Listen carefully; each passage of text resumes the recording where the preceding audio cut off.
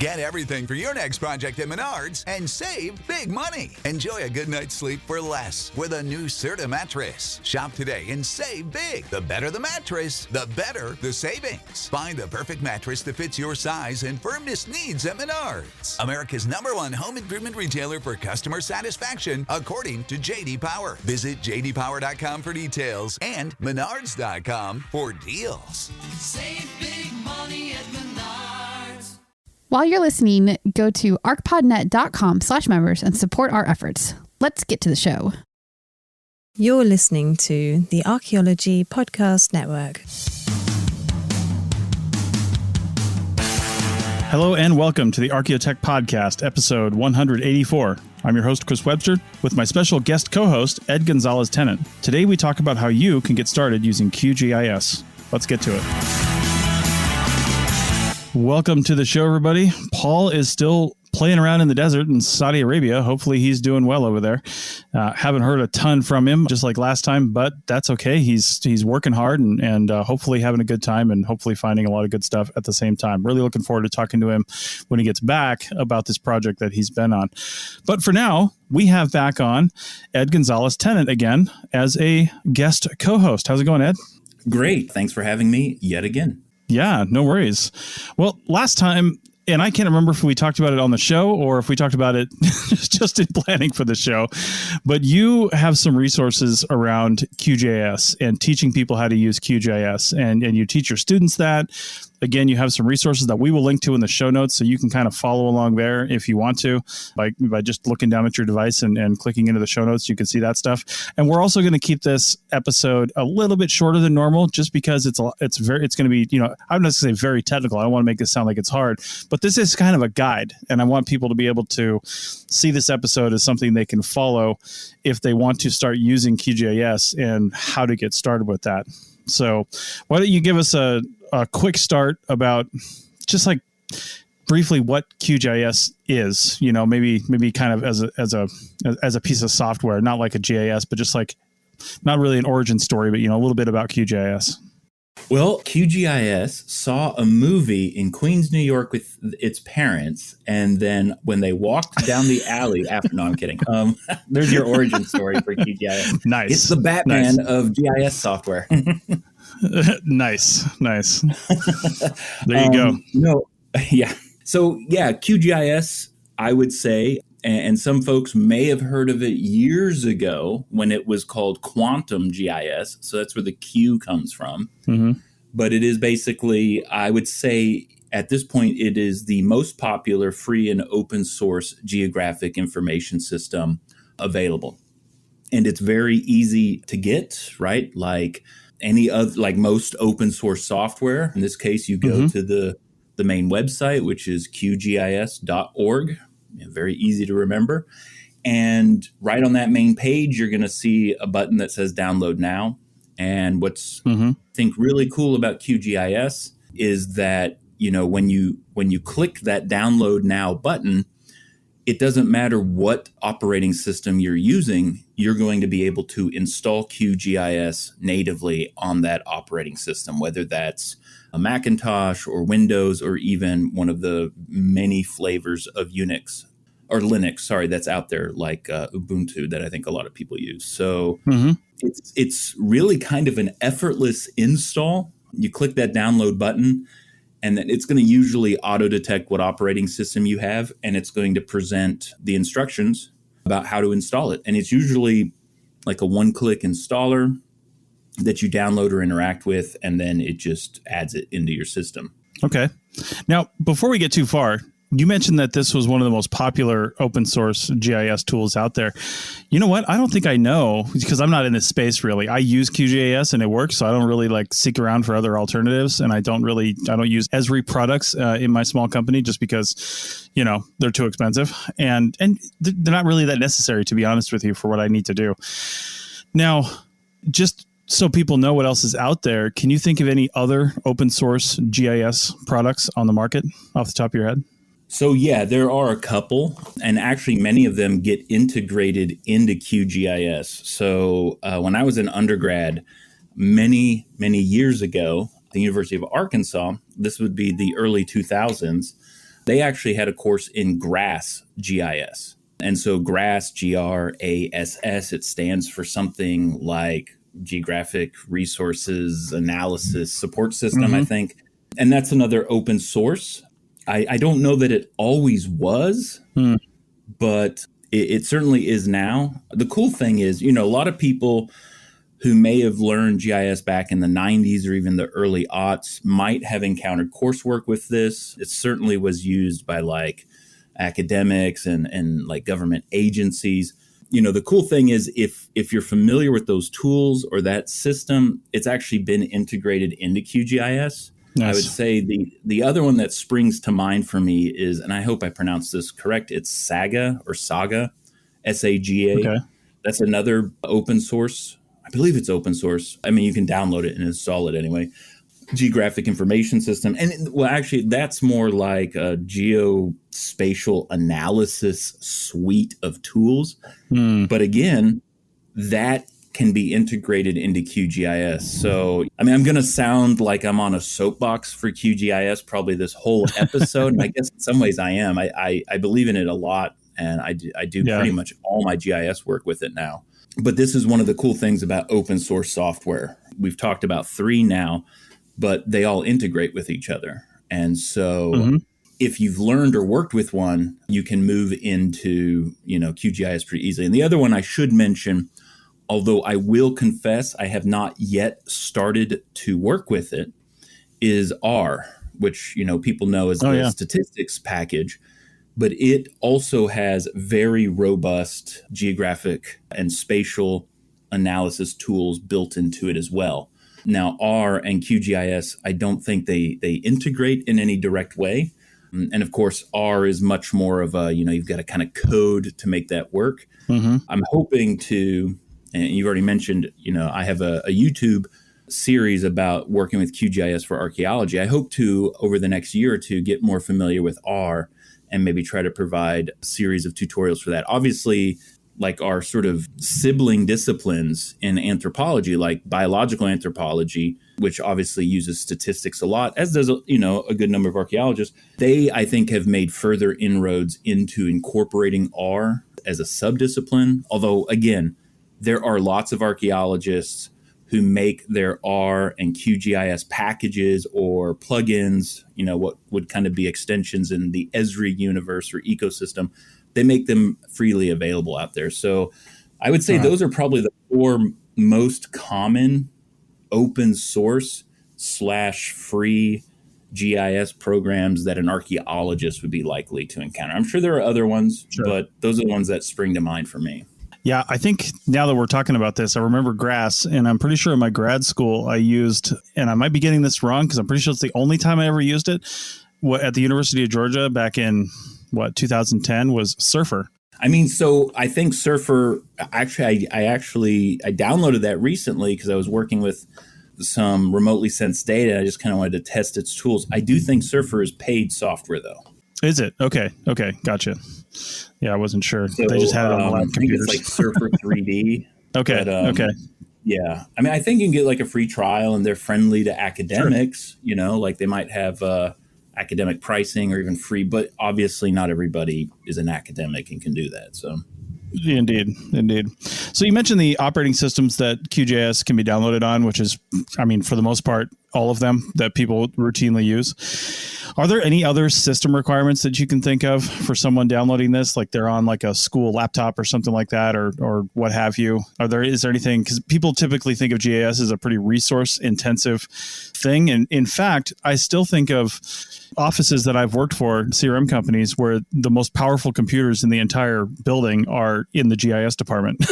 But what about QGIS's requirements as far as that goes? So yes, I would say that the system requirements for /QGIS are going to be less than Esri. I don't want this to be an anti-Esri / pro QGIS episode either. I think we'll talk later or at some point. I think it's important to be familiar with both ecosystems, particularly if you want a career doing GIS and archaeology. Right. But obviously Esri, is shifting. A lot of us learned like ArcGIS desktop. That's what I'm still most familiar with. But in another 2 or 3 years, that goes away. And so most students now, I think, are using ArcGIS Pro. And, that's going to be a forced switch for any Esri users. And, I think you can find people on both sides of the fence as to whether or not that's a good or bad thing. But certainly ArcGIS Desktop was a very resource-intensive program. I think a lot of us felt like it was a sort of program where they kept adding to, but not necessarily streamlining. And so it became increasingly clunky. And I think everybody, student, somebody who teaches GIS, somebody who uses GIS, if you had, any experience with Esri, you became very familiar with it crashing. And, I think it's probably spawned a whole comedic industry in geospatial circles about Esri crashing. Yeah. So QGIS is certainly, in my experience, far more stable. It is, I think, a much more lightweight program. Like a lot of open source software, it's got an active developer community. And I think in some ways that, it's kind of like, I guess like usually too many cooks in a kitchen is a bad thing. But in this case, I think having that many cooks in a sort of open source environment actually becomes a very good thing. Okay. For instance, if you had an old computer, and I think a lot of us have experimented with the idea of installing Linux like Ubuntu on our systems, particularly older computers.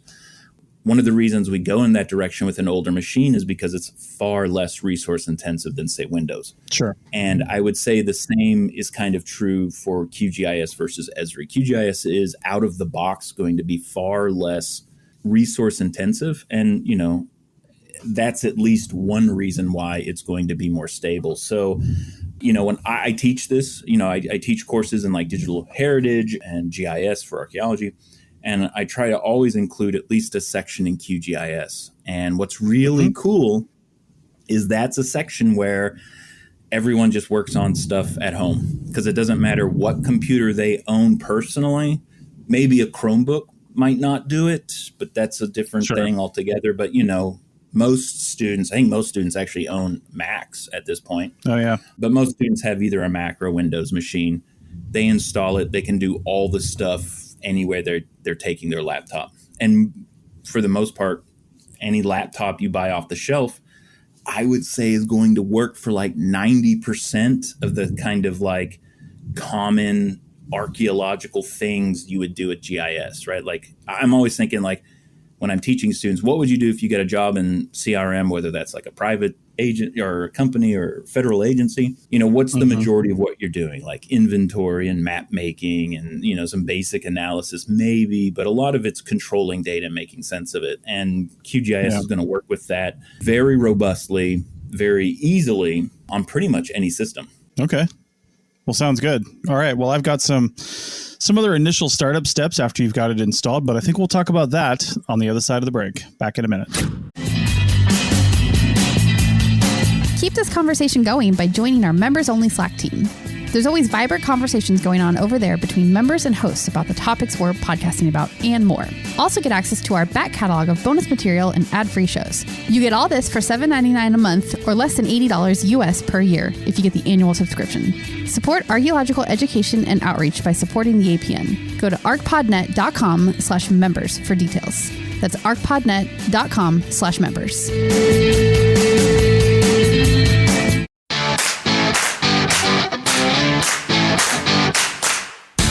Are you listening to this podcast and thinking you'd like to start your own podcast and don't know where to start? Well, Chris Webster, that's me. I'm founder of the APN, and I started podcasting back in 2011. You can learn from my years of experience, and you can do it at your own pace. Head over to propodcastnow.com and click the Learn to Podcast image. My 6 to 8 hour self-guided course will take you from show inception to your first episode, and you'll learn the tools you need to keep it all going and prevent pod fading. That's a real term. You can have access to the materials for as long as you want, and if you stay in for 3 months at least, you'll have lifetime access to the graduates Slack team so you can talk to other people that have taken the course and are managing their own podcasts. Again, head over to propodcastnow.com and click Learn to Podcast.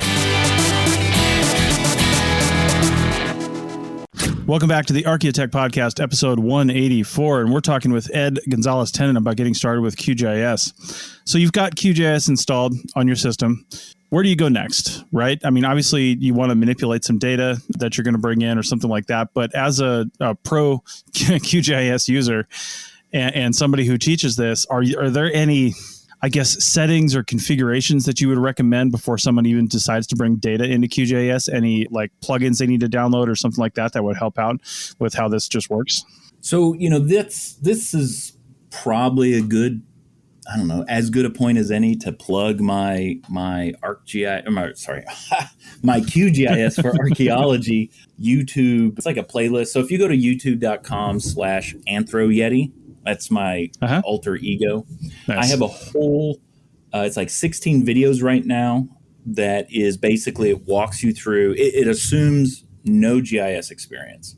And it walks people through getting up and running with QGIS, specifically with the intention of doing, I mean, honestly, like 90% or more of cultural resource management work. That was really the point for me, was to create a series of tutorials. And quite frankly, there's probably some in there that most people in CRM might never use as well. Like, people don't get to work with LiDAR as much as they may want to, but I have several videos about working with LiDAR. Nice. So yeah, there are a couple things that I recommend sort of straight out of the, straight after installing it. There's a, QGIS, you expand it by adding plugins, right? So if you're in an Esri mindset, you get the extensions, right? And if, you're talking dollars and cents, extensions can often cost more than the base Esri software does. Yeah. So in QGIS ecosystem or world, we're talking plugins. And there are paid plugins. There are people who develop plugins and charge for them, but the vast majority of plugins are freely developed and available for anyone. And so when you're in QGIS, it's a series of drop-down menus. Most people who've used Esri products, particularly ArcGIS Pro with its like ribbon interface, like all Microsoft products now, you're going to feel pretty at home in QGIS, right? And so, if you want to access those plugins, there's going to be a drop-down menu, and that drop-down menu is creatively named plugins. I was trying to make that more dramatic, right? But it's obvious. You click it, and it'll be like manage and install plugins. And then you can go in there, and you're going to see like a bewildering array of plugins. I mean, hundreds of them. Yeah. But some of the ones that I recommend right out of the gate would be like quick map services, right? So people who use Esri are familiar with putting Basemaps in their GIS, and Esri has a whole series of Basemaps, right? And again, like there's a topo and a terrain and satellite, which is like an aerial, and National Geographic, right? The ones a lot of people have used. Other people, anytime you've gone to maps.google.com, those are Basemaps. The cool thing is when you install this, and it's in one of the first videos that I put up there, you get access to dozens of Basemaps. You actually get access to all the Esri Basemaps, all the Google Basemaps, and like a couple dozen or more other ones, OpenStreetMap and so forth. And I will be honest, and again, I hope nobody from Esri comes after me or no Esri users get upset, but I have found the Esri Basemaps load far faster in QGIS than they do even in Esri products themselves. So, and it's really neat to watch that, to add that plugin. Once you've done it, you understand how this works. I mean, it's sort of like you open a window in QGIS and it's like shopping for extensions, except they're free. Nice. And so any active plugin that's being maintained by a member of, the user community, and that's not necessarily the core developers of QGIS. This includes just, I don't know, like random people, but it also includes like archaeologists. I mean, there are archaeologists who are actively creating plugins for QGIS. So if you want to do things like viewshed analysis, you're going to probably download a plugin that was actually written and is maintained by an archaeologist. There you go. I will pause and say, if anybody from Esri is listening to this, we are actively taking sponsorship and would be glad to advertise for you. So there you go. Well, and I cannot just in case. I cannot stress the importance of supporting this podcast to you, Esri. No, I can't stress, honestly, like all my students, everywhere I've taught, everywhere I've worked, right? I've done both. I've worked in CRM professionally and I've taught universities. Everywhere, you need to really, I think it's important to be conversant in both Esri and something else. I think students who want to be particularly well positioned to do like geospatial archaeology as either a researcher or a professional, they should really be exploring both of these software ecosystems because for me personally, I'm in a research environment. If I'm honest, I have the luxury that I can be fully open source. And, most of the time, like 90% of what happens in a CRM outfit can be done in QGIS. But, if you know how to do it and you have the extensions and Esri is there and we all know what deadlines mean, they mean something completely different in a professional capacity than they often do in an academic setting. You can't sort of, I'm just going to experiment with this for 6 months until it works. You have to have it done. And I think the students who are conversant in both ecosystems are very well positioned. So, again, if Esri or Esri users are listening, we're talking about QGIS because it's cool, but I think you become a particularly powerful user if you're familiar, with both. Yeah, for sure. Helps to diversify in anything that you're doing, to be honest. Absolutely. That's the maker mentality, I think. All right. So any other, you started with the one, and I'm writing these down in our show notes in case anybody's following along in those. Any other plugins you would recommend people download right off the bat, or just maybe some of your favorites? Well, I would say I have, a number of ones that I use from time to time. Honestly, a lot of times if you're, looking at these plugins and you want something to happen, like I want a viewshed analysis, right? You're going to see, and even if you type in viewshed into like the plugin search, you're going to see something called visibility analysis. Okay. And that is something that's actually being maintained by an archaeologist and gives you a lot of those spatial analyst functions that you're familiar with in Esri. Okay. Nice. And in fact, I can see here, I'm looking at it. I pulled it up on my machine. I can see that it was last updated April of this year, right? So it's being That's impressive. Maintained. And I've used this. What would other ones be? There is I think the abbreviation is SCP, but it's the semi-automatic classification plugin, right? The name, you have no idea what it would mean. That's a catchy title. But but it's, that's the name of my next band. Semi-automatic classification plugin. Are you ready to rock? No. Are you ready to rock Sentinel 1, 2, and 3 images and Landsat images? Then, and that's what it is. It's a plugin that allows you to, create your logins on, like the European Union websites for the Sentinel imagery, or Earth Explorer websites for the U.S. Landsat data, right? Landsat 9 has been launched. We're starting to see data from that. So if you're working in an area where doing NDVI, so natural difference vegetation index. I might be messing that up. Yeah. But, basically, if you want to look at vegetation and how it's changed, and with some of this data, it now goes back 50 years. Mm-hmm. I'm working with the U.S. Forest Service in the Ocala National Forest, and we're very interested to see how this 400,000+ acre forest has changed. Part of that is it allows us to look at human activity, right, like timber cuts, but it also lets us look at like how are things changing from year to year.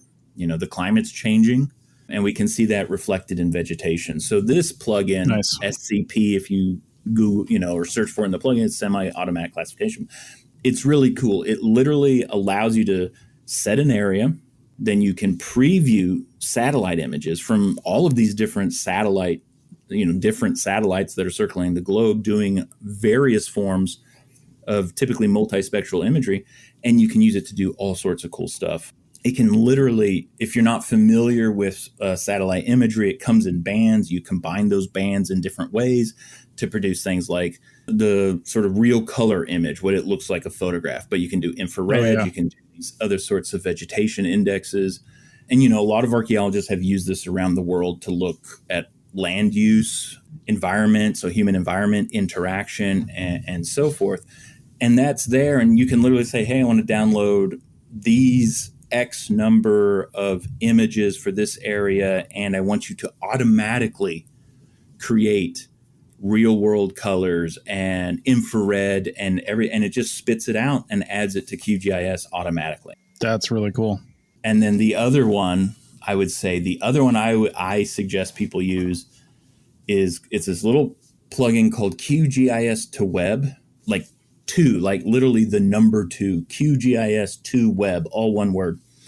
And that literally lets you take whatever map document you have open and just export it to a directory.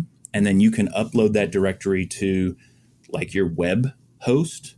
If you don't have a web host, you can do it to GitHub. And then it literally turns your map document into an interactive online map that you can share with anybody anywhere. Nice. And, that is really sweet. It's really cool. And so like for public outreach, I mean, archaeologists, we have to be careful about what we share, of course. Sure. But the ability to share a map with anyone for free that's interactive, I think is really powerful. I mean, you try to do that with Esri and you're talking about map credits and, constant licensing, paying for those credits and so forth. And again, if you're in an academic setting or you're in a setting that has a relationship with Esri or you have plenty of money, that's fine. But, I'm always thinking about like the local history society or the small group or the group that's like, we can't commit to paying an annual fee for anything. Sure. These are the sorts of tools that I think come into play in those situations. That's really cool. All right. Well, we're going to move on with some steps to go from here. Now that you've got your base maps and your plugins and you're ready to go, we're going to see what the next step is. And I'm guessing it's bringing in your own data. And we'll talk about that on the other side of the break. Back in a minute. What's the easiest choice you can make? Window instead of middle seat? Picking a vendor who sends a great gift basket? Outsourcing business tasks you hate? What about selling with Shopify? Whether you're selling a little or a lot, Shopify helps you do your thing, however you cha-ching. Shopify is the global commerce platform that helps you sell at every stage of your business. From the launch your online shop stage to the first real-life store stage, all the way to the did we just hit 1 million orders stage. Shopify's there to help you grow. Whether you're selling scented soap or offering outdoor outfits, Shopify helps you sell. Wherever and whatever you're selling, Shopify's got you covered. Sign up for a $1 per month trial period at shopify.com/try. Go to shopify.com/try now to grow your business, no matter what stage you're in. Shopify.com/try. Did you know we have lots of great shows on the Archaeology Podcast Network? Head over to ArchPodNet.com and you can see all the shows that are currently producing podcasts. Scroll down a bit more and you'll see some great shows from the past that still have great content. Search for your favorite shows on your podcasting app or listen right on the page at ArchPodNet.com. Welcome back to episode 184 of the Architect Podcast, and we're wrapping up this discussion on getting started with QGIS with Ed Gonzalez-Tennant. And on the last segment, we had the system installed. We've got Basemaps. We've got a couple other cool plugins. Now let's talk about actually bringing data into the system. And I want to start real quick because I haven't used it, but I heard about this maybe a year or two ago. I can't remember the exact time frame.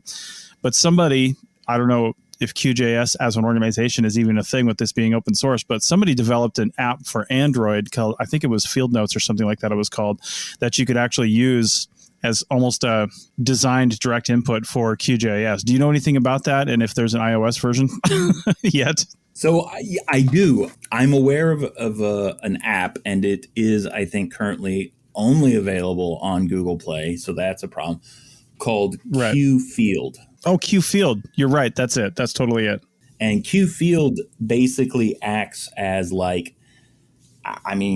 basically like a little mini QGIS sort of integration, sort of like a mini QGIS on your phone or tablet that you can, basically use to collect data in real time, right? So It's basically like having QGIS right there.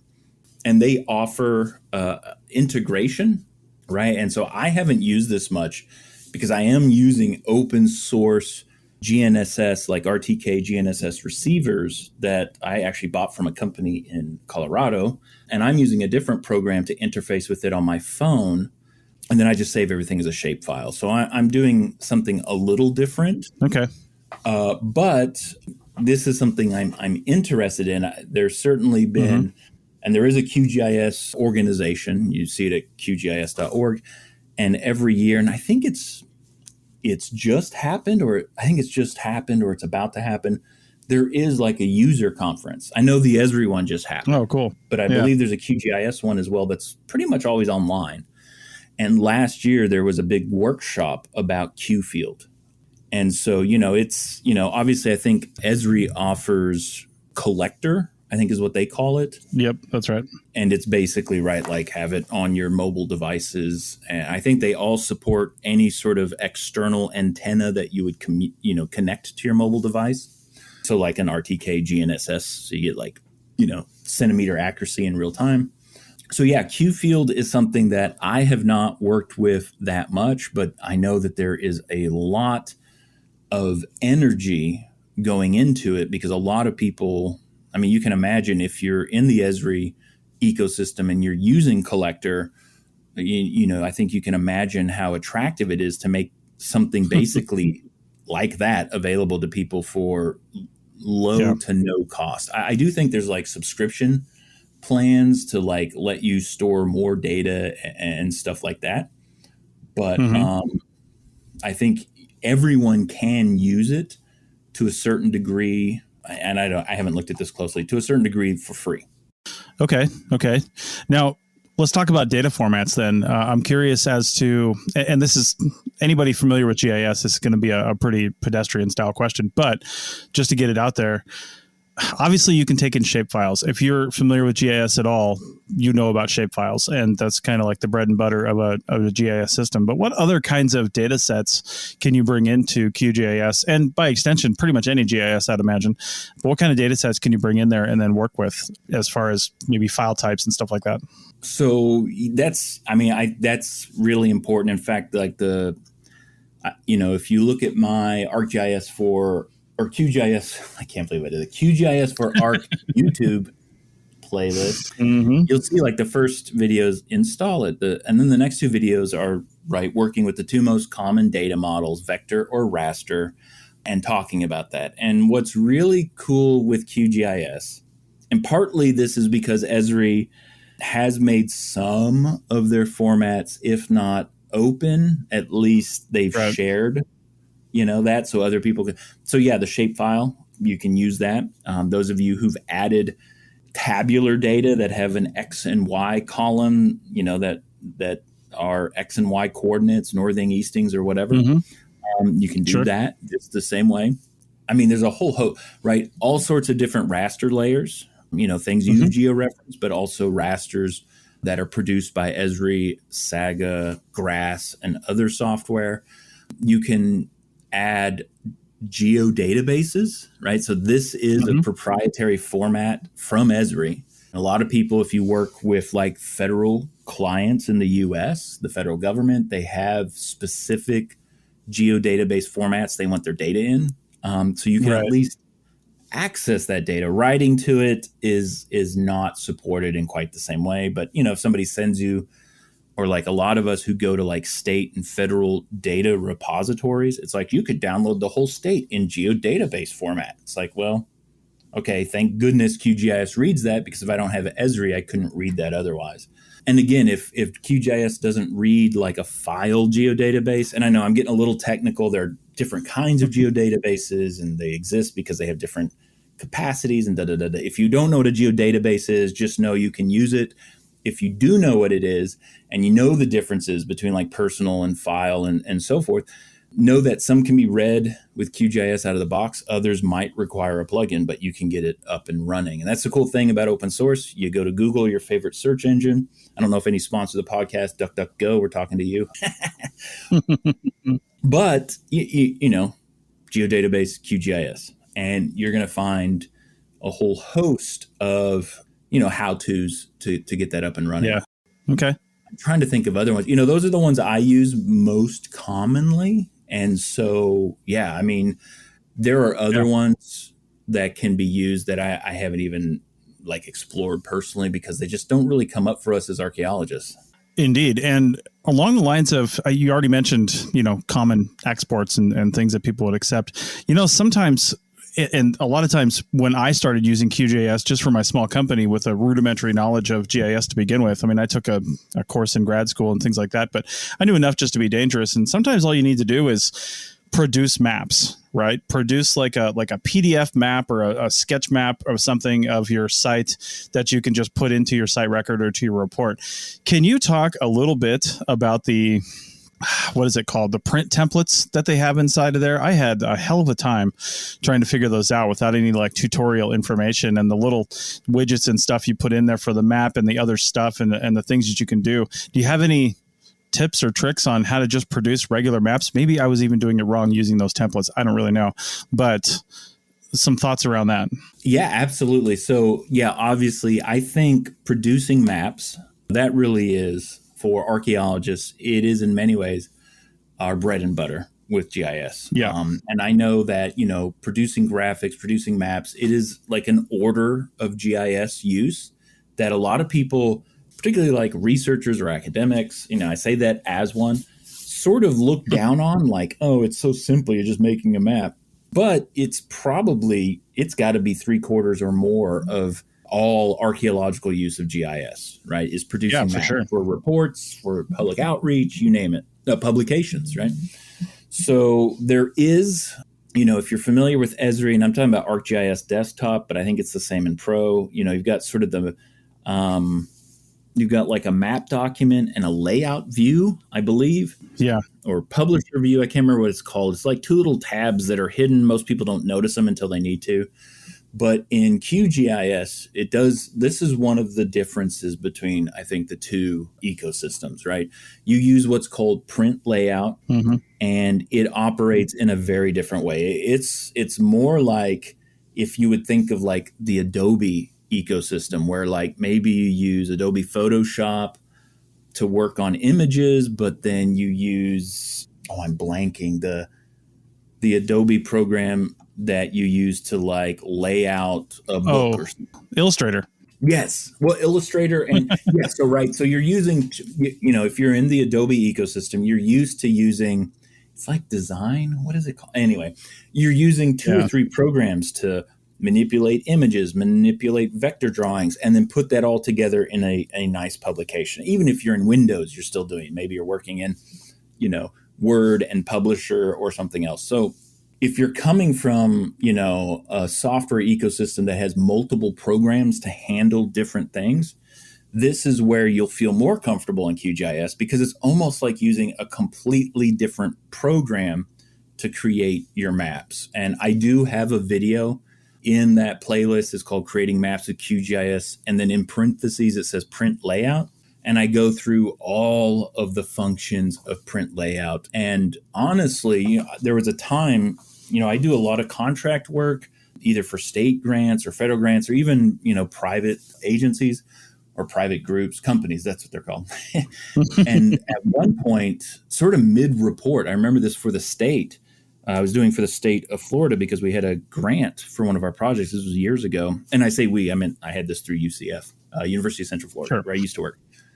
And so I switched actually halfway through that report preparation, and I was able to mimic perfectly my ArcGIS maps. Nice. And set them up in print layouts. So now, again, for me, I would say that QGIS can do, probably 90% of what CRM folks need to do out of the box, right?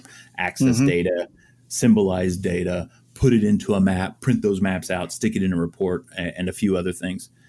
So yeah, print layout, if you're coming from Esri, it's confusing.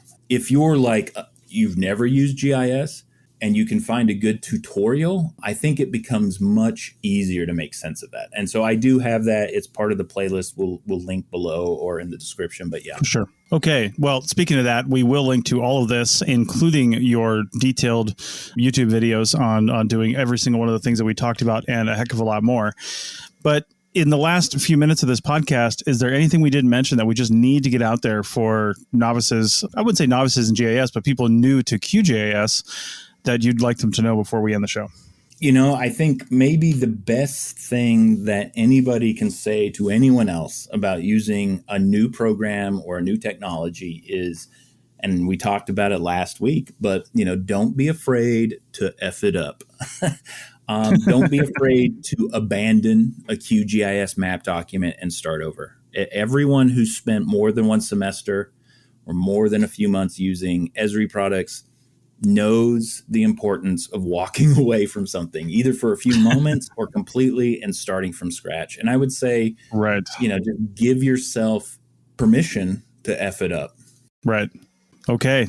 Well, that is some really good advice. And again, check out the links in the show notes for all this. It's a lot of really good information, and it's really valuable stuff to know. Even if you're not a GIS person, it really helps you to know, especially when you can download something like this and you can play with it for free. You can download those Basemaps. You can just play around and have fun with it. And that will allow you as an archaeologist to really understand what your GIS department has to deal with. If you understand how to give them good data and how to play with that kind of stuff. And if you have a common frame of reference over, what you're collecting and what they're dealing with, I think even from that standpoint, it's good to really understand all this. So, it's free. Go download the thing. Go watch Ed's YouTube videos and, be smarter for it. All right. Well, I think with that, I'm just going to mention one time, as this episode is being released, we released a special episode of the CRM Archaeology podcast last week. And it was in response to the young woman who died actually in Louisiana on her very first day of fieldwork. And we don't know if it was heat related, but the heat index was 107.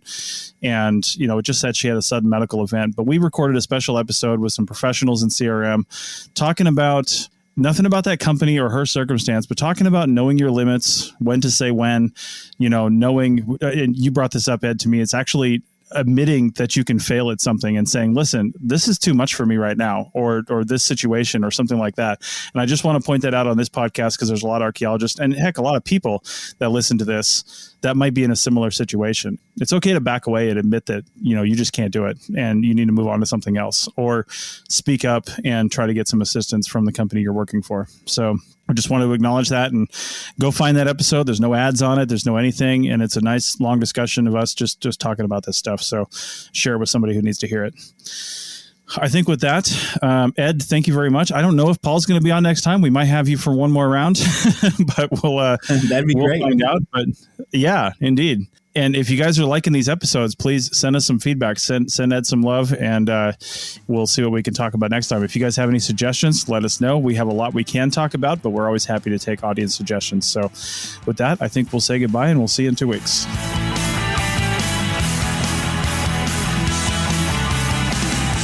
Thanks for listening to the Archaeotech Podcast. Links to items mentioned on the show are in the show notes at www.archpodnet.com/archaeotech.